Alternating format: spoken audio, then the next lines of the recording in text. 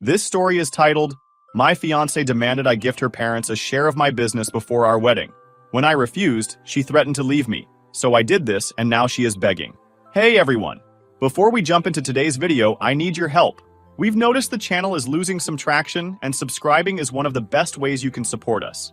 It's quick, free, and it helps us keep bringing you awesome content. Your support means the world. Let's keep this channel growing together. Thanks so much. Now let's start the video. I'm 33 male, and honestly, I'm proud of what I've accomplished. My tech consulting firm isn't Google or Amazon, but it's mine.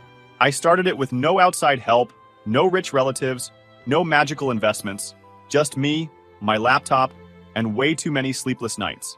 I sacrificed a lot to make it work, skipped vacations, ate ramen for dinner when I couldn't afford takeout, and kissed any kind of work-life balance goodbye.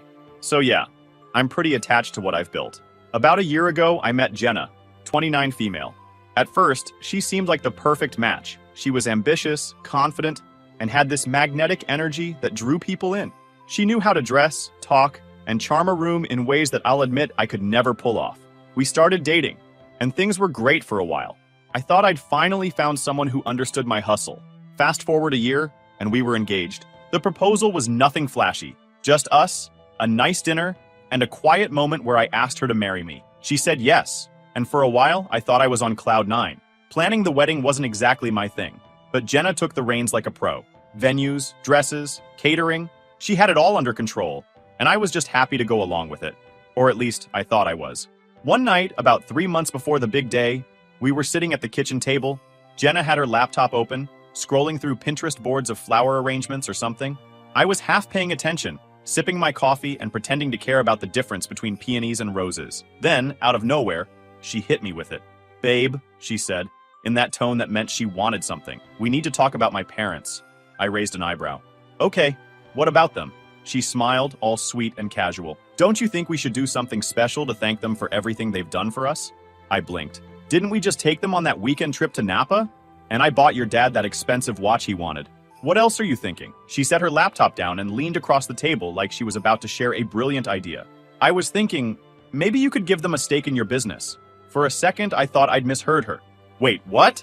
A small stake, she clarified, as if that made it any better. Just as a gesture of gratitude, they've always wanted to be part of something successful, and this would mean so much to them. I stared at her, trying to process the sheer audacity of what she'd just said. You want me to give your parents a share of my company? As a gift? Yes, she said, smiling like this was a totally normal thing to ask. It's a sign of trust and respect. They've done so much for me. This would show that you appreciate them too. I couldn't believe it. I actually laughed, thinking she had to be joking. Jenna, I built this company from nothing. Your parents had no part in it. Why would I give them a share? Her smile faltered, and she gave me this look like I was being unreasonable. Because they're family. My family is going to be your family soon. This isn't just about business. It's about building connections and showing that you value them. I put down my coffee, suddenly wide awake. Jenna, I don't think you understand how businesses work. Giving someone a stake in my company isn't a casual thing. It's not like handing out party favors. This is my livelihood. She sighed like I was the one being difficult. You're overthinking it. It's just a symbolic gesture. They're not going to take over or anything. I rubbed my temples, trying to stay calm. Jenna, this isn't symbolic. It's legal. Your parents didn't help me build this company, and they didn't invest in it. Why would I hand them part of it? Her tone shifted then, becoming sharper. Because they're my parents, Aaron. Without them, I wouldn't even be here. Don't you think they deserve something in return? I couldn't believe what I was hearing. They deserve respect, sure. But respect doesn't mean giving away something I've worked my AOB off for. The conversation ended there, for the night at least. But as I lay in bed later, staring at the ceiling, I couldn't shake the feeling that this was just the beginning of something bigger. Jenna's request wasn't just weird. It was entitled, and the fact that she thought it was reasonable, that was a massive red flag. Looking back, I should have seen it coming. Jenna had always been a little extravagant. She grew up in a family where money wasn't exactly tight, and she had this habit of expecting the best without questioning where it came from. I'd always thought it was harmless, but now it felt like she was treating my business, my life's work, as some kind of bargaining chip. The day after Jenna's little suggestion, I woke up hoping she'd slept it off. Maybe she'd had a momentary lapse in judgment. People say dumb things when they're caught up in emotions, right? I figured she'd realize how absurd the idea was, and we'd move on. I couldn't have been more wrong. That morning, I made us coffee like usual, and for a minute, everything felt normal. She kissed me on the cheek, thanked me for the coffee, and started scrolling on her phone while I read emails on my laptop. I actually thought, maybe I overreacted. Maybe she'll let it go. But then, like clockwork, she brought it up again. Babe, she said, putting down her phone. I was thinking more about what we talked about last night. My stomach dropped. What we talked about last night could only mean one thing. Jenna, I started, already exhausted. We don't need to rehash this. I thought we were done with that conversation. She gave me this practiced smile, the kind she usually saved for convincing me to go to overpriced brunch spots. I just think you're not seeing the bigger picture here. This isn't about the money or control. It's about showing my parents that you value them as much as I do. I closed my laptop, realizing I wasn't getting out of this conversation. Jenna, I respect your parents. I really do. But giving them a stake in my company isn't a bigger picture. It's a legal and financial nightmare. I leaned back in my chair, trying to stay calm. Once someone owns a stake in a business, it's theirs. It doesn't matter if they're involved or not. And no offense, but your parents don't know the first thing about running a tech company. She waved her hand dismissively. They don't need to know. It's not about running anything. It's about them feeling appreciated. I stared at her, trying to figure out if she was serious. She was, dead serious. The rest of the day, the conversation replayed in my head. I couldn't focus on work because I kept thinking, is this what the rest of my life is going to be like? Constant guilt trips over unreasonable demands? That night, it got worse.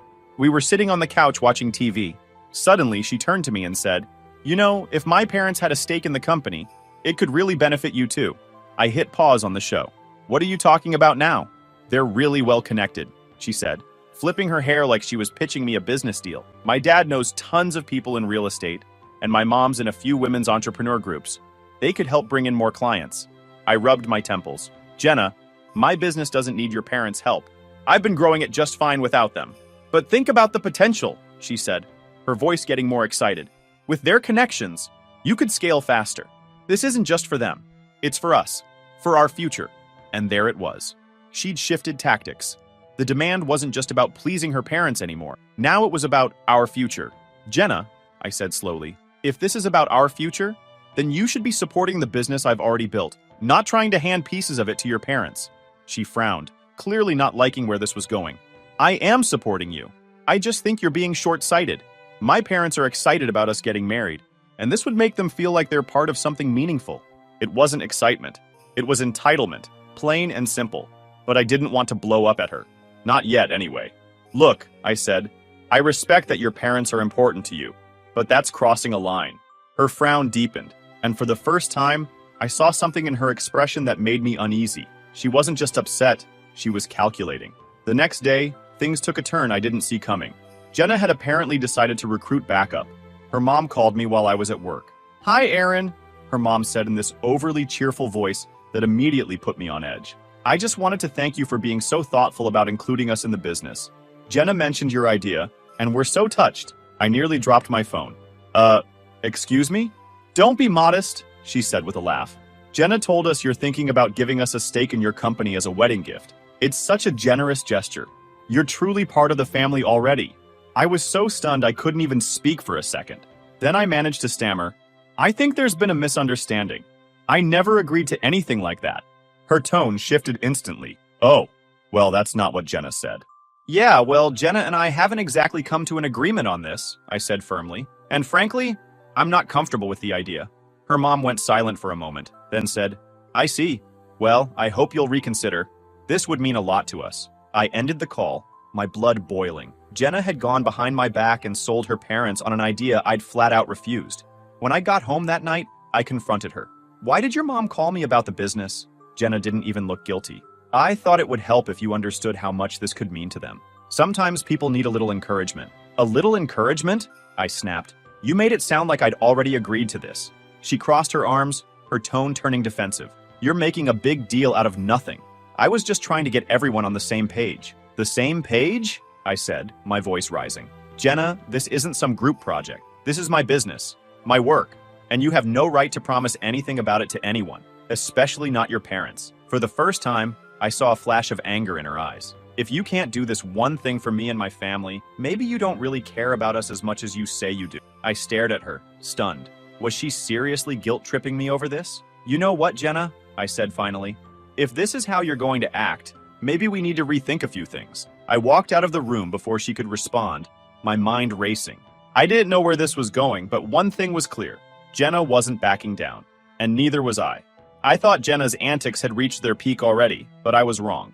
That was just the warm-up act. What came next turned this whole situation from annoying to straight-up toxic. The next morning, I called my best friend Dave. If anyone could give me an honest take, it was him. When I explained the situation, he let out a long whistle. Dude, this is bad! Like Run for the Hills bad. Yeah, no kidding, I muttered. Let me get this straight, he said. She's basically threatening to end things unless you hand over part of your business to her parents? Pretty much, I said. And she doesn't see why that's insane? Nope. Dave let out a laugh, the kind that's more disbelief than humor. Man, I don't know what to tell you. This isn't normal. Like, at all. If she's this entitled now, imagine what she'll be like when you're married. You sure you want to go through with this? That was the question, wasn't it? For the first time, I wasn't sure of the answer. That evening, Jenna hit me with the ultimatum. We were sitting in the living room, barely speaking, when she suddenly said, "So, have you made your decision?" Decision about what? I asked, even though I already knew. The shares, she said bluntly. Are you going to do it or not? I looked her dead in the eye. No, Jenna, I'm not. She leaned back, crossing her arms. Then maybe this relationship isn't going to work. For a moment, I just stared at her, trying to figure out if she was bluffing, but her expression told me she wasn't. Maybe it's not, I said finally. Her eyes widened, like she hadn't expected me to call her out. You're seriously willing to throw everything away over this? I could ask you the same thing, I said. You're the one making unreasonable demands and threatening to walk away when you don't get your way. What kind of foundation is that for a marriage? She didn't answer. Instead, she stood up and walked out of the room. As I sat there in the silence, I realized something. This wasn't just a fight. This was a turning point. And no matter how it ended, things were never going to be the same. After Jenna's ultimatum, I spent the next day walking around in a fog. My mind was spinning. I couldn't concentrate on work, and I kept replaying our argument over and over again. I knew something had to change, but I wasn't sure what. Should I fight harder to make her understand? Try to compromise somehow? Or was this whole relationship doomed? Then I remembered my lawyer, Olivia. She wasn't just a legal expert. She was a friend who had been through some messy situations herself. If anyone could give me solid advice, it was her. I called Olivia and told her I needed to talk. She didn't even hesitate. Come by my office this afternoon, she said. We'll figure it out. When I walked into her office, Olivia greeted me with a grin and a coffee. All right, Aaron, what's got you so rattled? I sighed and sat down, spilling the whole story. I told her about Jenna's request, the guilt trips, the call from her mom, and finally, the ultimatum. Olivia's grin faded as I spoke, replaced by a look of pure disbelief. When I finished, she leaned back in her chair, crossing her arms. Wow, that's a lot. Tell me about it, I muttered. Let me get this straight, she said. Your fiancée is demanding you give her parents a stake in your company as a wedding gift? Yep. And she threatened to end the engagement if you don't? I nodded. Olivia let out a low whistle. Aaron, this is a massive red flag. Like, wave it in the air and run the other way red flag. I know, I said. But what am I supposed to do? I love her, but this feels like a line I can't cross. You're absolutely right, Olivia said firmly. You can't cross this line, not just for your sake, but for the future of your business. If you give away shares now, you're opening yourself up to a world of legal and financial complication. Like what? I asked, already dreading the answer. For starters, if you transfer shares to her parents, those shares legally belong to them. If anything goes wrong, say, they decide they want more involvement, or they sell their stake to someone else, you lose control over that portion of your business. And if you and Jenna get married, it gets even messier. Those shares could be considered marital property, which means they'd be up for grabs in a divorce. I felt a cold knot forming in my stomach. So you're saying this could screw me over in more ways than one? Exactly, Olivia said. And let's be real here. If Jenna is making these kinds of demands now, what's to stop her from making even bigger ones down the road? I sat there, staring at my coffee. Olivia was right. This wasn't just a one-time issue. It was a glimpse into a future I didn't want any part of. What do I do? I asked finally. Olivia leaned forward, her expression serious. You need to protect yourself. First, make sure your business is legally untouchable. Update your operating agreement to specify that no shares can be transferred without your explicit consent. And if you haven't already, separate your personal finances from your business accounts. Keep everything clean and untangled. Done, I said. I've always kept my business finances separate. Good, Olivia said. Now, about Jenna. You need to be crystal clear with her. No more maybe or we'll see. Tell her flat out that this isn't happening and that it's not up for discussion. If she can't accept that, well, she trailed off, but I knew what she was implying. Yeah, I said quietly. I might have to end it. Olivia nodded, her expression sympathetic. I know it's not easy, Aaron, but you need to think about what's best for you in the long run. A healthy relationship doesn't involve ultimatums and manipulation. That night, I went home feeling more resolved than I had in days. Olivia's words echoed in my head. A healthy relationship doesn't involve ultimatums. Jenna was sitting on the couch when I walked in, scrolling through her phone like nothing had happened. I set my bag down and stood in front of her. We need to talk, I said. She looked up, her expression guarded. About what? About the business. About your parents. About this whole situation.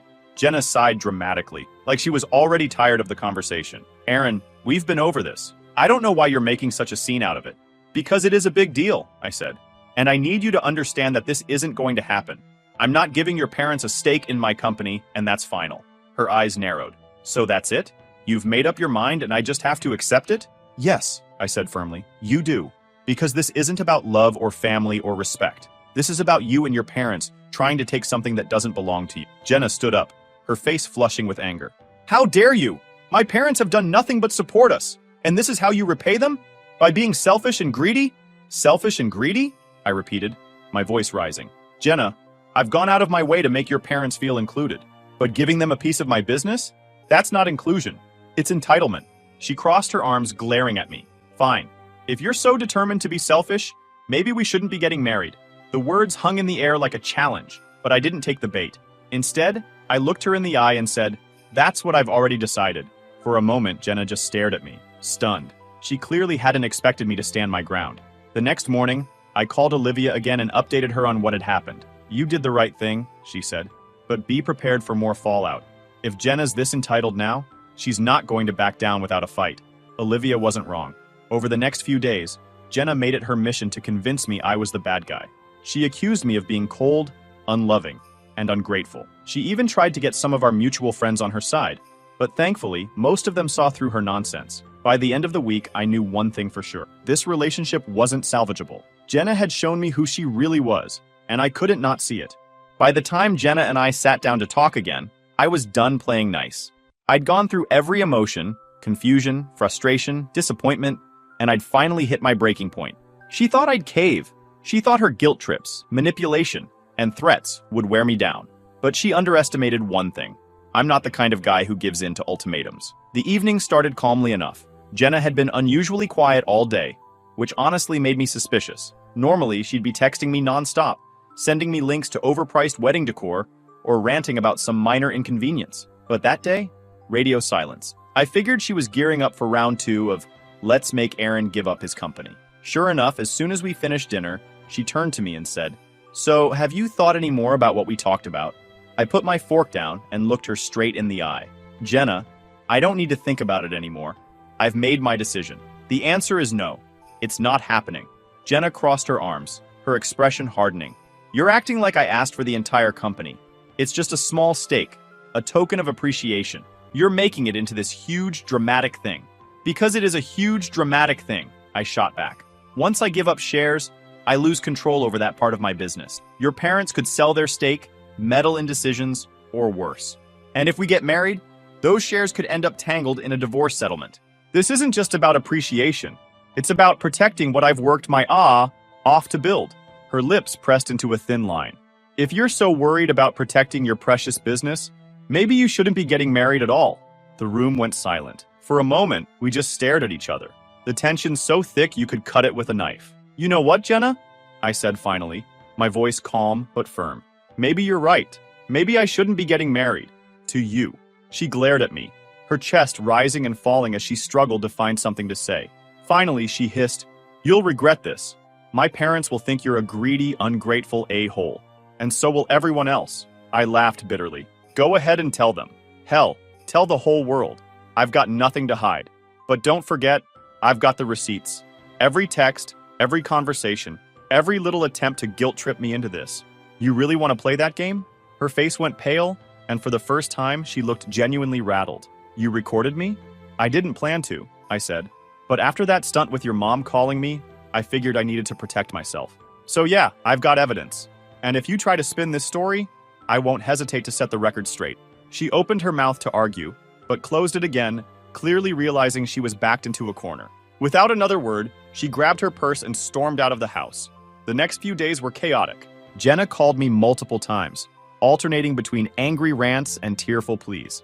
At first, I ignored her, but eventually, I picked up one of her calls, figuring I might as well hear her out. "Aaron," she said, her voice trembling. "I'm sorry. I was under a lot of pressure from my parents. They've been pushing me to make sure our marriage is secure, and I guess I let that get to me." "That's not an excuse, Jenna," I said bluntly. "You didn't just let your parents pressure you. You tried to pressure me. You didn't care how it made me feel, and you didn't stop to think about the consequences." "I know," she said, sniffling, "but I didn't mean to hurt you. I love you. I just wanted to make my family happy." "If you loved me," I said, my voice steady, "you wouldn't have tried to manipulate me into doing something that goes against everything I've worked for. Love isn't about making someone sacrifice their dreams to appease your parents." She started crying again, but I didn't stick around to listen. I hung up and blocked her number. In the days that followed, Jenna tried every tactic she could think of. She called my parents, my friends, even a few of my business contacts, trying to paint me as the villain. The first wave of fallout came from Jenna's parents. Unsurprisingly, they weren't happy. I'd blocked Jenna on my phone, but her parents managed to get through. The first call came from her mom, who I swear should have been a politician with the way she could spin things. "Hi, Aaron," she started in this overly sweet tone. "I just wanted to touch base and clear up any misunderstandings. I'm sure Jenna didn't mean to upset you. I didn't even try to play along. There's no misunderstanding, Mrs. Carter. Jenna tried to pressure me into giving you and your husband a stake in my business, and when I said no, she threatened to end the engagement. That's pretty clear." There was a pause, and then she said, "Well, maybe she just didn't explain it properly. You know how passionate she can get. She only wanted to include us because we care so much about her future. And yours." I almost laughed. "Mrs. Carter, with all due respect, this isn't about passion or care. I'm not giving away something I built from the ground up, and I'm not going to let anyone bully me into it." Her tone shifted, becoming colder.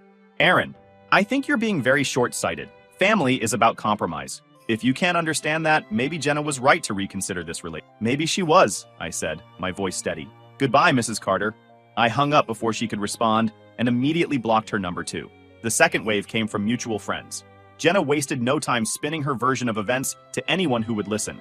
According to her, I was a control freak who didn't value family and refused to share the success I supposedly owed to others. It didn't take long for some of those friends to start reaching out to me, wanting to know my side of the story. One friend, Emily, texted me, "Hey Aaron, I heard some things from Jenna, and I just want to understand what's going on.